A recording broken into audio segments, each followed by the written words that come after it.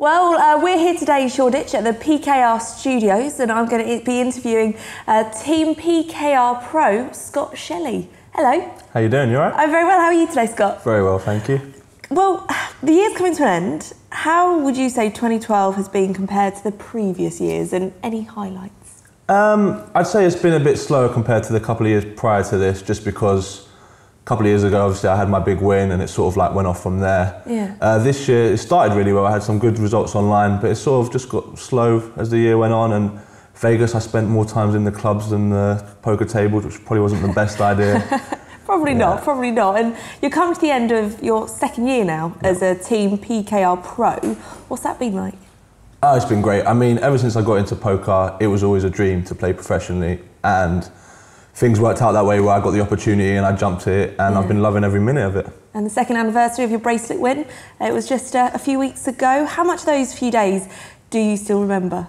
I can remember pretty much most of it literally by the second, but I mean, I'm not one to sort of sit there thinking about it, but sometimes it's nice to look back at pictures, reminisce, look at the bracelet, for example, or just think about the good times. And well, I was going to say, do you still think about it? Are you more of a forget about it and look to the future type of guy? Is it good to still think about it?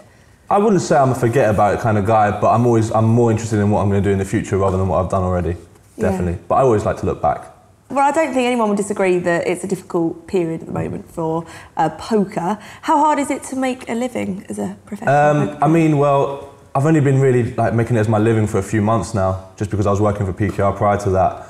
And the games are much tougher than I remember them used to be. But if you stick at it, put the effort in, you can win at the game.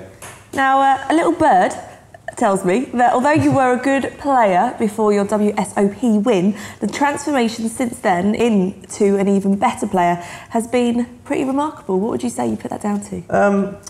I'd say, I mean, it's experience is the biggest thing for me. I mean, since the win, prior to that, I barely played in high-level tournaments, and since then, that's pretty much all I have been playing is the highest-level tournaments online. So your confidence now as well has grown. Yeah, the confidence has grown. I'm playing with better players, which helps you, and it's just the experience, really.